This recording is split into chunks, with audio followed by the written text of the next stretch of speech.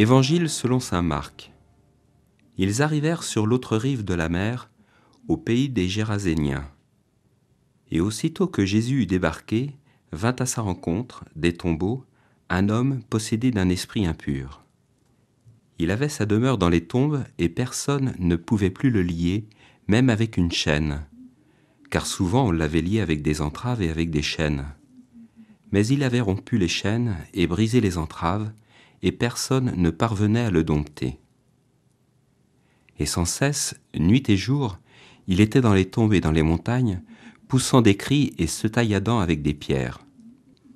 Voyant Jésus de loin, il accourut, se prosterna devant lui et cria d'une voix forte. « Que me veux-tu, Jésus, fils du Dieu Très-Haut ? Je t'adjure par Dieu, ne me tourmente pas. » Il lui disait en effet, « Sors de cet homme, esprit impur. » Et il l'interrogeait, « Quel est ton nom ?» Il dit, « Légion est mon nom, car nous sommes beaucoup. » Et il le suppliait instamment de ne pas les expulser hors du pays. Or il y avait là, sur la montagne, un grand troupeau de porcs en train de paître. Et les esprits impurs supplièrent Jésus en disant, « Envoie-nous vers les porcs que nous y entrions. » Et il le leur permit. Sortant alors, les esprits impurs entrèrent dans les porcs et le troupeau se précipita du haut de l'escarpement dans la mer, au nombre d'environ 2000, et ils se noyaient dans la mer. Leurs gardiens prirent la fuite et rapportèrent la nouvelle à la ville et dans les fermes. Et les gens vinrent pour voir qu'est-ce qui s'était passé.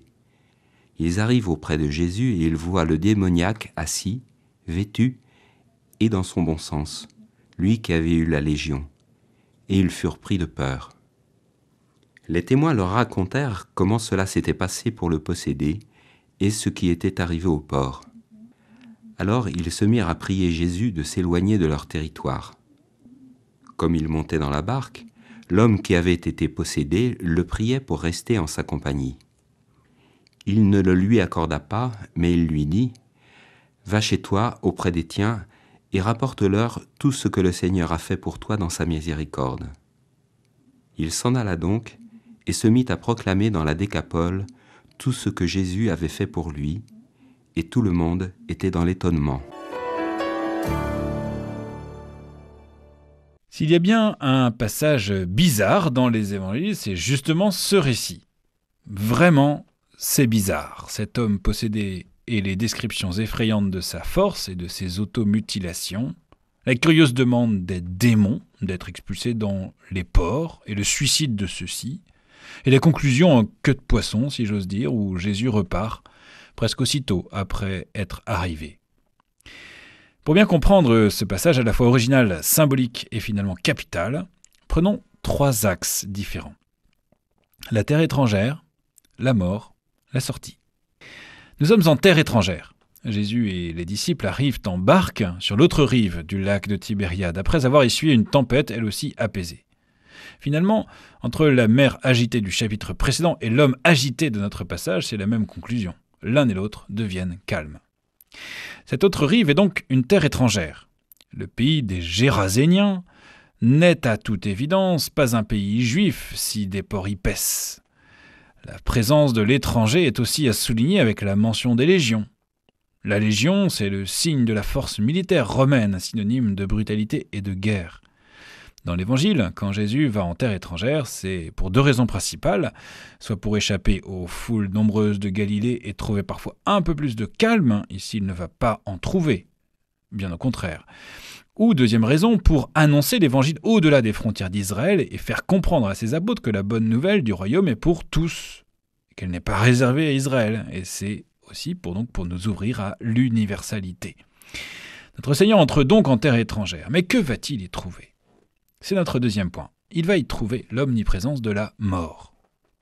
Oui, c'est bien frappant dans notre récit, le vocabulaire de la mort. Le possédé habite des tombeaux. Il n'est bien que dans les tombeaux. C'est son lieu naturel. Quand le démon est expulsé de lui, il va dans les porcs et ceux-ci, sans attendre, se précipitent dans la mer, royaume de la mort pour un juif. Et ce possédé, il n'arrête pas de se mutiler, de se frapper. Terrible vision d'un homme qui se fait apparemment volontairement du mal. Considérer cet homme se frappant, cela peut renvoyer à des histoires de nos amis, de nos connaissances ou dans nos familles où les personnes s'automutilent, se scarifient, se font du mal, se frappent. L'esprit impur qui est dans l'homme ne lui veut pas de bien. Au contraire, le démon veut notre destruction. Il veut notre mort. Il est l'ennemi de la vie. Son désir, c'est la mort et il est puissance de mort. Le Christ arrive dans cette terre étrangère qui est comme morte, tout entière, et dont ce possédé est l'archétype. Et il vient y planter la vie. Il en expulse la mort. Cet exorcisme est une figure, une représentation de ce qui se passera au samedi saint dans le tombeau. La vie jaillit, la mort est vaincue, elle a perdu. Et c'est le troisième point, la sortie. On peut repérer 3 sorties, celle de l'esprit impur et donc de la mort, celle de Jésus, qui sort lui aussi.